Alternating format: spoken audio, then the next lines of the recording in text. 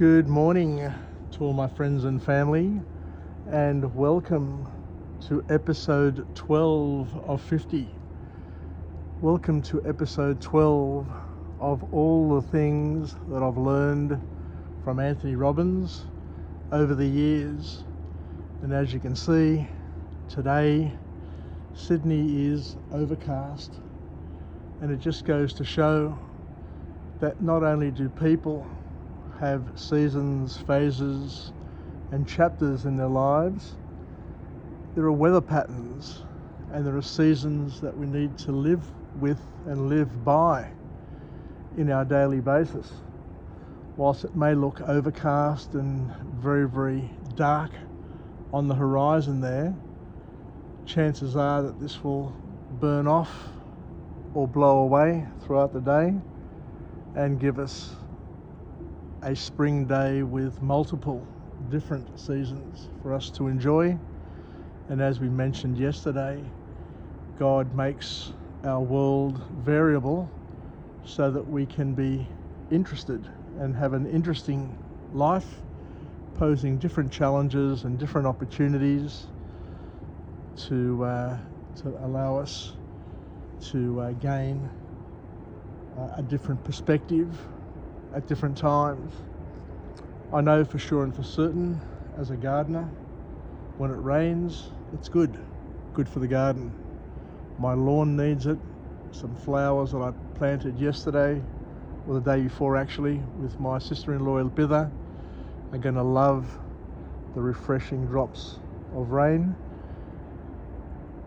And we'll continue on our wonderful journey, a journey of discovery, a journey where we take OPE, other people's experiences, other people's material, and we try and incorporate it into our lives, into our learning, so that we can buy some time, because we can live 70 and get to enjoy a full lifetime.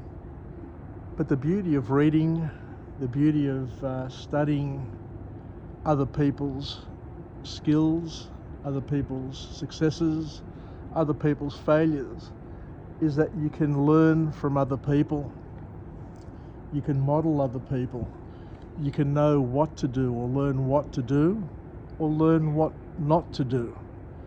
Because as Tony Robbins says time and time again, as people, we can either be one of two things. We can be an example for other people in terms of what they can possibly do and follow and emulate, or we can be a warning to people of what not to do. So we get to make choices in our lives, and I guess there are many times where we can be examples for people to follow, but there's also ample times, I know in my life, that I've provided warnings to others through my example in terms of what not to do. So some brilliant opportunities for us to learn, to grow, develop, and to learn OPE. Because as Tony Robbins says, the beauty of OPE is that you can take somebody else's experience, somebody who has spent their whole lives learning everything about nutrition, for example, or everything to do about the heart, or exercise, or how to be more loving, or how to serve God. There are people who have dedicated their entire lives to becoming experts in one small slither, one small field in their lives, and they write books, they put together documentaries, and they hold seminars and do lots and lots of different activities. And those activities are available to each and every one of us to indulge in. And what you can do is you can take 20, 30, 50 years of their life experiences that have been translated and compressed into a book or a seminar or a documentary, and you can take that material and make it yours. You can learn from it, and not only are you going to learn from it, you're going to be able to learn from it quickly, because a lifetime of experience can be compressed into a book of, say, 300 pages, which can reasonably be read within 10 or 15 hours. So for a small investment of your time, you can get to live another person's whole lifetime. And you can do this multiple times. There were times when I was in my 30s, I remember, where I would read a personal development book a week. And what you're doing there is you're compressing, you're taking people's deep thought, deep thinking, deep experiences, and learning about those patterns. And you may not get to use them there and then, but at least you can consider them at some later time in life when you become a parent, or when you face similar sort of challenges, and you compare and contrast your life to the life of others, and you can say to yourself, well, if they could do it, why can't I? Why are they better than me? When at the end of the day, we're all very similar in terms of the challenges we face, the fears that we harbour, and the procrastination that holds us back. Yesterday we learnt about the human needs. Tony Robbins takes time to take people through the 6 human needs that people have. And he says that if you can tick 2 or 3 of those needs, if you can tick 2 or 3 of those boxes, then you can have people who are addicted to you, because they'll love you because you understand them. And the key message from yesterday's vlog was where Tony Robbins says you need to understand what makes you tick, you need to understand what makes other people tick, and to understand that they have basic human needs, and those needs, if unaddressed, lead to challenges. Depending on the priority, the weighting and the sequencing of their needs will determine their behaviours. And if you understand them, then you're going to be in a better position to understand them. But more importantly, if you understand your needs, your basic needs, if you understand the sequencing and the weighting, and then ask yourself the question, why are they weighted like that? Why are they sequenced like that? Are they serving me? Are they going to make my life better, or are they going to wire me for pain? Then you're in a position then to assess and determine what your next step is going to be. And if you look at the first, second and third level consequences of the actions and the decisions that you make based on those human needs and their prioritised position in your life, then you can also realise that you can have a better sequencing and a better use of those needs, and not to be enchained, not to be enslaved, not to be imprisoned by the needs that you thought were right, but to be able to orchestrate and author and change the needs to make them work for you. Because sometimes the things that drive us, the things that trigger us, the things that we thought were right at one point in our life. They were right at a particular season in our life. They were right based on the fears and the experiences that we had in life. But life changes, we change, we grow, we develop, and we need to understand that we too have the opportunity to change the way we sequence, the way we look at life, the goals that we have, the values that we have, to make it more practical and more serving, so that we serve God, we love God with all our heart, mind and soul, we do things that are God pleasing, and we also love one another as we love ourselves. And by being and by acting and by living our calling or callings, and as we say, callings can change throughout our life. We're not fixed to one calling. If you're doing something and you then realise that it's not serving you and it's not fulfilling you, then you can change. You can change your calling at any point in time and adjust what you're doing, and there's nothing wrong with that. It's your life, and we are all responsible and accountable for our lives, with God's guidance, of course, and to ensure that what we're doing is going to add value to us and others.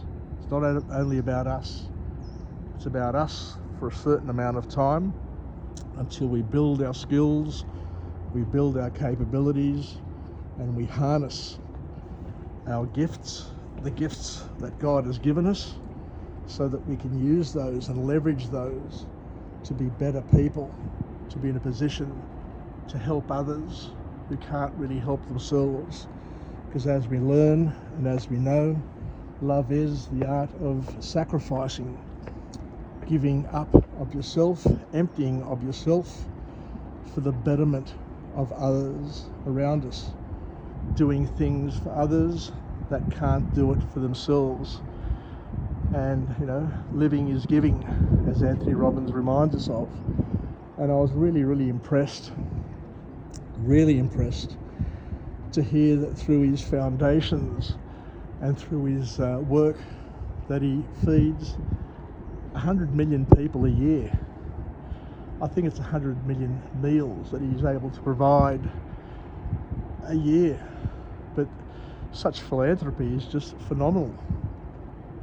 Who wouldn't want to be rich, so rich that they can feed 100 million people through their own efforts and through their own abilities? It's hard enough these days with the cost of living crisis that we face to feed ourselves and feed our families, let alone to be overfilling with love that you can feed and house and look after and inspire millions, hundreds of millions of people every year. A wonderful legacy and a wonderful tribute to Tony Robbins and all the people that he has in his life that support what he does.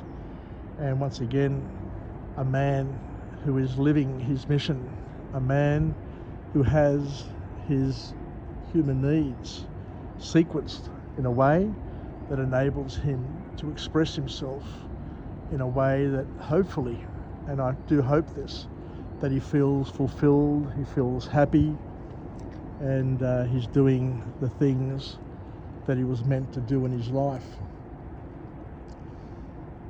So in terms of human needs, the things that Tony Robbins talks about, and this is quite interesting as well, is that depending on what needs you have and how they're sequenced and how they're weighted, he says that needs can be satisfied in a number of ways.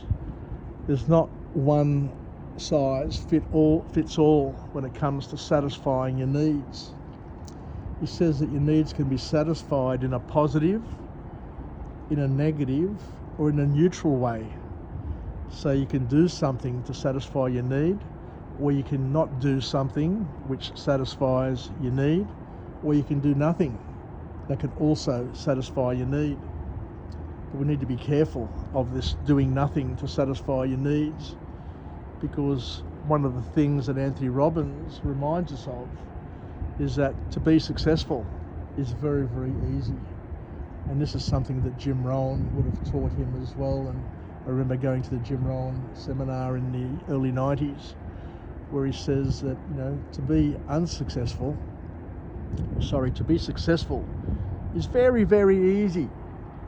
It's very easy to be successful in life, is what Jim Rohn would say. But guess what? To be unsuccessful is even easier. And it's this even easier thing that we think about is what drives behavior. And the laziness that we have in our life, the fact that people want to take the road most traveled, because the road that most people take is the easy road. And the easy road leads to laziness, and it leads to drifting, and it leads to places that you may not want to visit and you may not want to hang out there.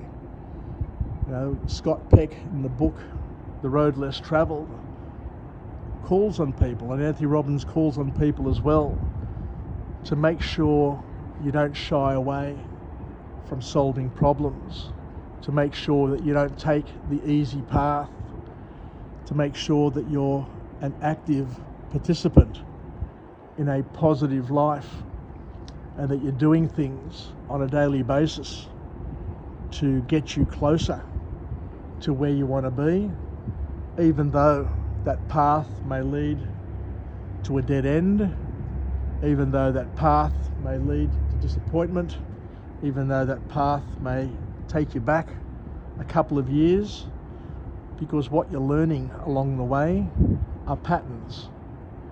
And what you're learning is either what works or what doesn't work. And to understand that we all have a different fate. Just because it didn't work today doesn't mean it's not going to work tomorrow. Just because it worked for your parents doesn't mean it's going to work for you. Just because it worked for your brother doesn't mean that you're going to be able to achieve the same level of success. And vice versa. Just because it didn't work for somebody else, or it didn't work for you yesterday, doesn't mean it's not going to work for you tomorrow. We need to keep on fighting. We need to keep on acting. We need to keep on doing. And there will come a point where, of course, you realise that it's not God's will for you to have a certain outcome, and then you move on. You change what you're doing. You search for something else. You change your approach. And we're all growing and developing at the same time. There's no doubt about it. What I want in life now is very, very different to what I wanted in life when I was in my 30s. What I got out of UPW 23 is very different to what I got out of UPW when I was in my mid-30s. We're growing, we're developing, we're changing. And there are some messages that we love to hear again and again, some lessons that we need to continue to learn and to relearn in our lives. And there are other things that pop out. If you read a book again and again at different stages or in different seasons of your life, you're going to learn something different every single time. That's why Anthony Robbins harps on the importance of reading, and I think he said that he read at some stage over 2 years or 3 years 700 books. And I know that Bill Gates is an avid reader as well, and I was really amazed because once I was going for a job interview at Microsoft back after when I finished working for IBM in the early 90s. I remember going to a job interview at Microsoft, and I went to 6 interviews, and the last interview was with the managing director. And I remember it just like it was yesterday. And I remember reading Bill Gates's autobiography because I wanted to learn as much as I could about Bill Gates, so that when I went to the Microsoft interview, I could answer a lot of questions. I could get a sense for what the culture of the organisation was, and I would present myself as being somebody who was well prepared.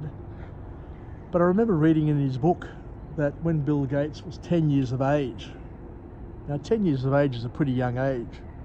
He says when Bill Gates was 10 years of age, he read from cover to cover the World Book Encyclopedia. And I remember when I was about 14 or 15, my parents bought me a World Book Encyclopedia set. And I remember there was about 20 or 30 books in that set. And to think that a 10-year-old sat down and read that book cover to cover just shows how dedicated and how special Bill Gates was and is to be able to read at such a young age. And it's really, really powerful, and it really endorses the importance of reading. And as Anthony Robbins says, miss your meal time, but don't miss your reading time, because when you read, you learn, and when you learn, you create connections in the brain, and you understand and see and filter and store away an inventory of patterns. And I remember reading once that the art of reading is simply the attaching or the attachment of the unknown to the known. And the more you know, the more you're capable of knowing. The more you learn, the more you're capable of learning. And to think that a 10-year-old can read the whole encyclopedia, not once but twice, means that at a very, very young age, Bill Gates was setting himself up to be very, very special, because already at a very young age he had perspective, he had an understanding of how things fit together from a global perspective, from a political perspective, you name it. At a very, very young age, his brain was very, very active. And the call to action to all of us is to be a reader, to read every day. I remember Steve Covey would always talk about the fact that every morning he would get up, he would pray, he would spend time priming himself through prayer, and then he'd sit down and read the scriptures, or read from the scriptures for half an hour a day, or he'd read books. And he also encouraged people, and I think Jim Rohn would also encourage people to have lots and lots of books in your library. But he said the most important books to have in your library are, of course, important to have other people's books, classics and self-help books, and lots of those books, and read lots of that sort of stuff. But I remember him saying, and Anthony Robbins also harping on this and talking about this, saying that the most important books to have in your library are your personal journals, to have the books that you've written about your life. And to a certain extent, this program that I've created, this web channel, this YouTube channel, Jim's 5am Club, are my journals, where I take other people's experience, other people's work, and I communicate it to myself, because I understand how I function, and the way I learn best is where I get to teach it, where I get to articulate it. Because I remember reading once that one of the Greek philosophers, I think it was maybe Plato or Socrates, said that unless you know something very, very well and can articulate it and explain it to a young child or to a third party, then you really don't understand it well enough. So that's why I battle against myself every day to try and take the things that I have learned and try and teach those things and express those things and pass those things on, so that others can also take the fire and pass it on and try and ignite them, just like it's ignited me. And to understand that what Anthony Robbins says, that people are reinforced by their actions. It's only when you do things that you get to reinforce it. It's only when you get to do and redo certain habits and patterns in your life that they become behaviours. You just don't do it once, you just need to do it all the time, over and over and over again, until you get better at it, until it becomes so ingrained in your brain, in your mind, that it becomes automatic. You don't have to think about it. It becomes an instinctive reaction. It becomes a disciplined response that you have shaped in your life. You've taken something which is unnatural and made it natural. You've made it instinctive. You've added things to your life that are going to help you in times of trouble, in times when you're under pressure, when you can't think logically, you can't think rationally. These things will happen. And I learnt a lot about this, of course, from Tony Robbins, but also in my martial arts, where you just drill things over and over and over again, so that when you're under pressure, when you're under attack, you don't need to think how you're going to block something. You don't need to think how you're going to attack, how you're going to escape. It just happens naturally because you've conditioned your body and your mind. You've made it a conditioned response without having to think about it. Because what happens to people, and I remember doing waterfall training, and this is where it came home to me and I got to understand it really, really well. When I was a black belt and training 3 or 4 times a week, I remember going with a number of other black belts from other clubs, and we went up to Wentworth Falls up in the Blue Mountains to do a thing called waterfall training. And I remember it was, I think it was around about this time of year, it was springtime, and we all went wearing our karate outfits, our gis, and we trekked through the mountains down to a waterfall where one of the instructors had been before with his classes and done this thing called waterfall training. And what we did is we took off our tops, and we kept our pants on, of course, and our belts. And what we did is we took turns at standing beneath a waterfall. And for those who have ever stood below a waterfall, the sense or the way you feel is quite different to what you think you may feel.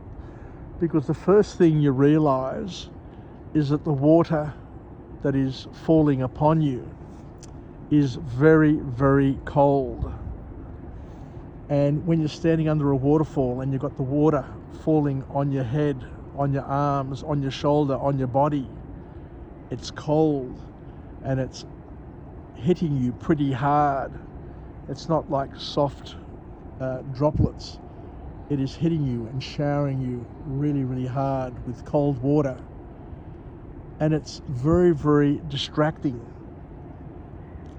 So when you do waterfall training, you learn very, very quickly how hard it is to concentrate and to do the things that are so natural for you to do. You're standing under the waterfall and you're being distracted, and you're also in pain because of the cold.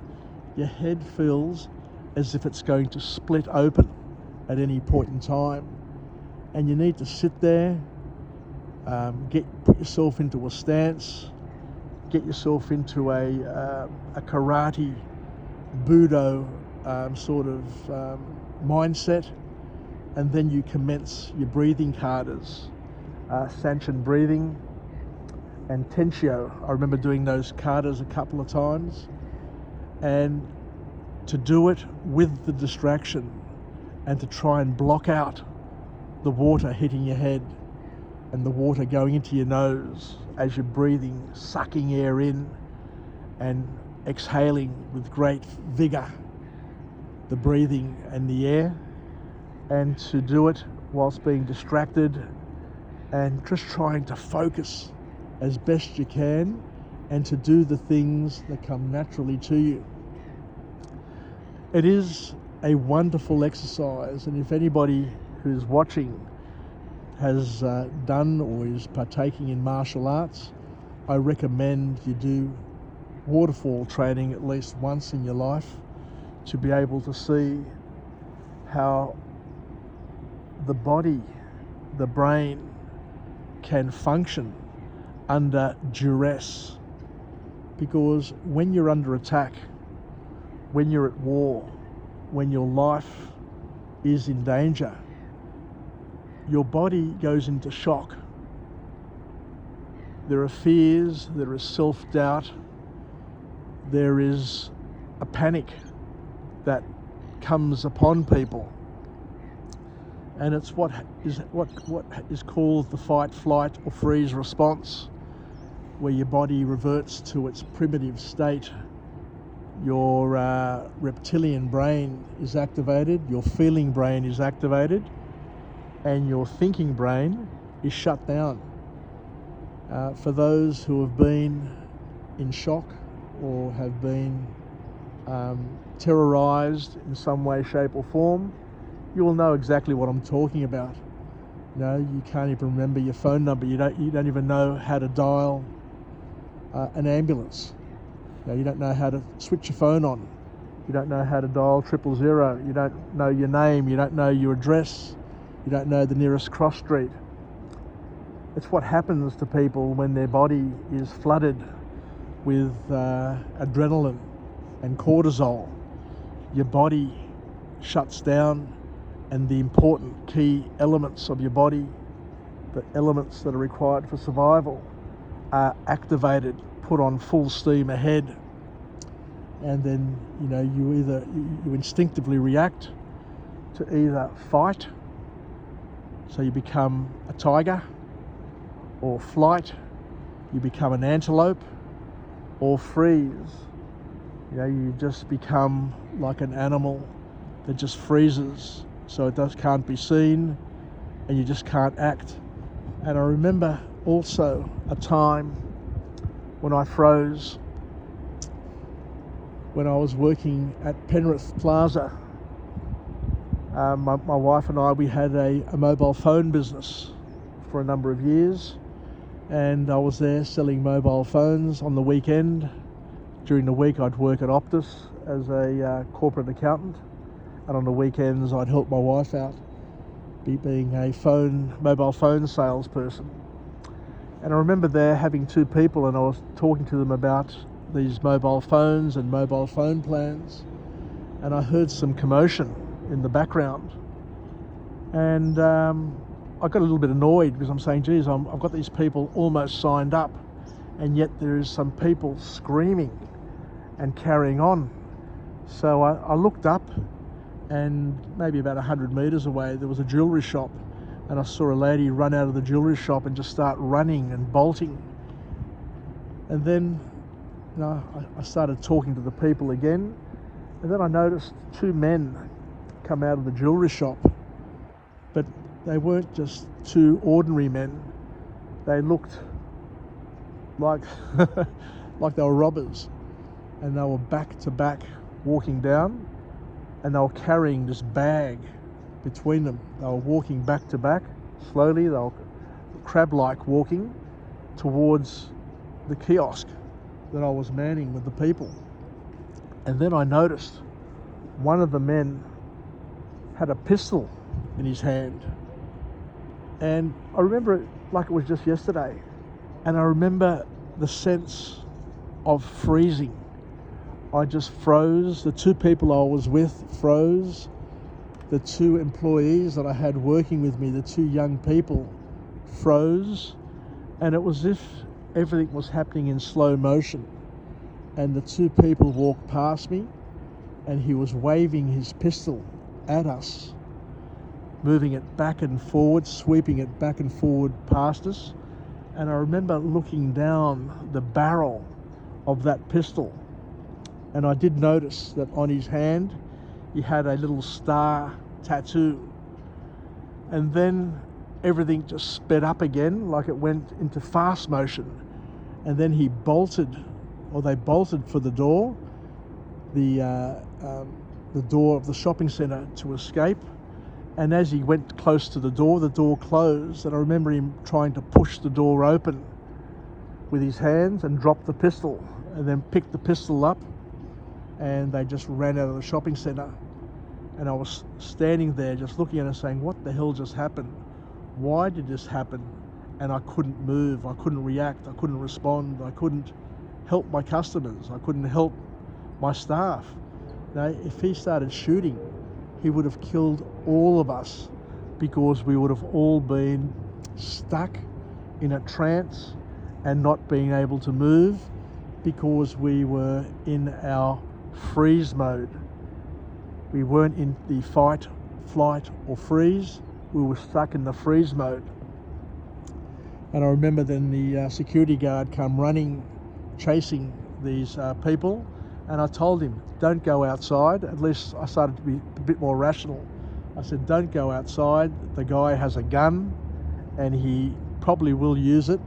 Just stay in here and let the police deal with it. And I did, and thankfully he listened to me. So sometimes it's important to be able to take a leadership position when times are tough like that. The next thing that Anthony Robbins talks about is he talks about a thing called significance. And once again, this is just a lead on to this story about the robbery. And he says that people are reinforced by their actions, and that a lot of people are stuck or have a need for feeling significant, for being recognized. And he says that men, and this is really interesting, I hadn't quite appreciated this, but now that I think about it, it does make sense. He says that men will die for significance, and it goes hand in hand with testosterone. And that's why you have lots of young men signing up to go to war, men who get caught up in gangs and will die in order to become heroes. It's something that drives men more than women. Women are a lot more practical, I think, in their approach, and don't do things spontaneously just to be heroes, but they see, I guess, in many ways the bigger picture, and that's why it's important to be able to help young men understand that it's not as important to be significant.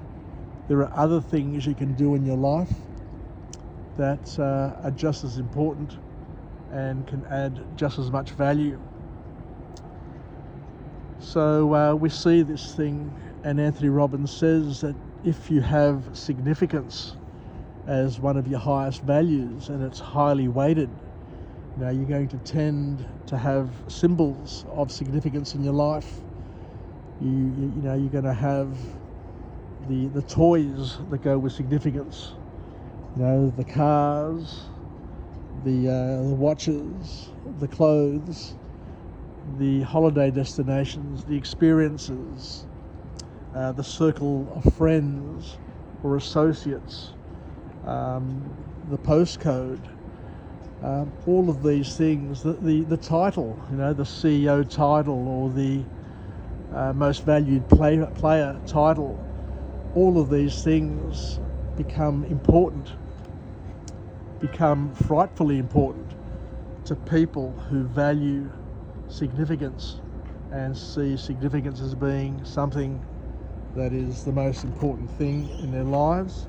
But as Anthony Robbins says, that if you have significance as a very, very high driver in your life, then you're also going to be causing other people around you grief, because you're going to want attention all the time. You're going to want to be respected all the time. You're going to want things done your way all the time, which of course causes problems to teams and to other people.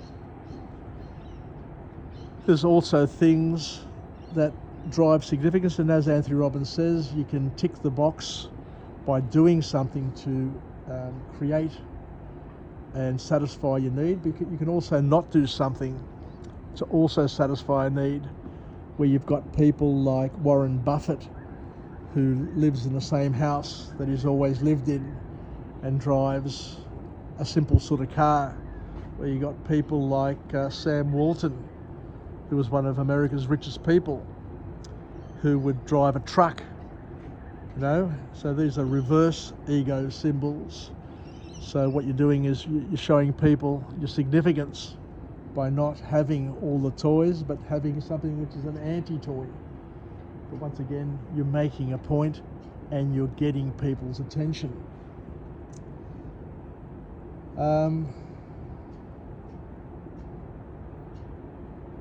Anthony Robbins also says that people who are driven by the need for significance also need love, but their need for significance needs to be filled before they can get love.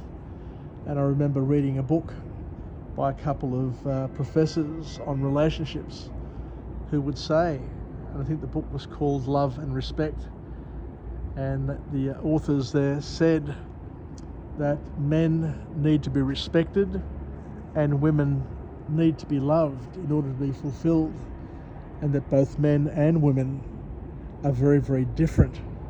Not all men and not all women, but most men and most women are wired this way. So if you want to connect with a man, and if you want a man to feel his needs to be fulfilled, then respect him and say, what I respect most about you is. Whereas a woman, if you want her to feel good about herself and her needs of significance, or her needs to be filled, I won't say that her needs of significance, then it's all about telling her what I love about you most is, and say what you have to say. So Anthony Robbins then goes on to say something which is very, very, very, very profound, and I love this point to bits. He says the need that you have at number one in terms of the list of needs that you want fulfilled will determine the direction of your life. It will determine the direction that your life takes.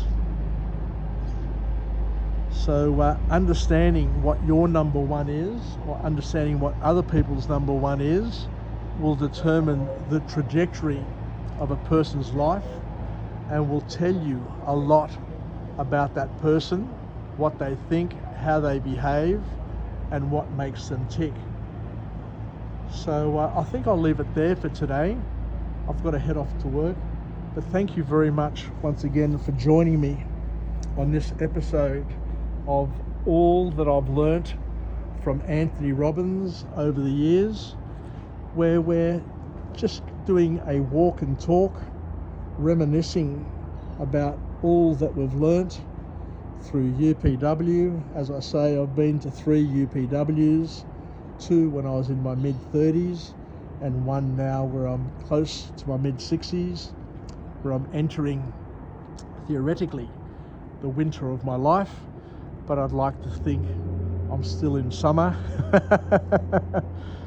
And the books that I've read, Unlimited Power and Awaken the Giant Within, those 2 books are very, very good books. You can study those books over and over and over again and pick out morsels continually.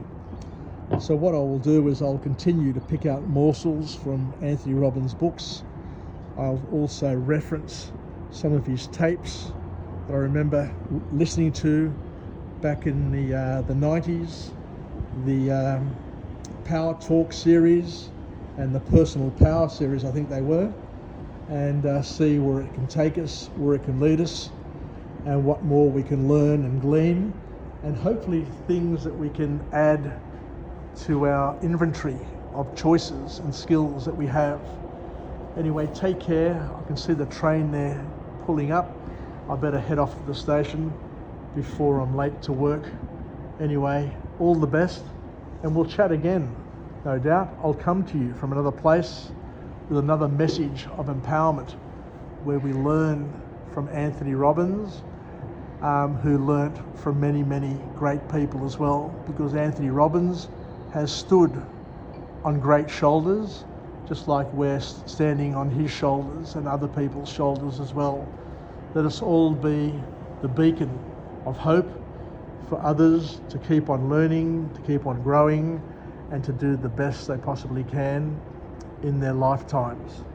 Yasas, bye for now.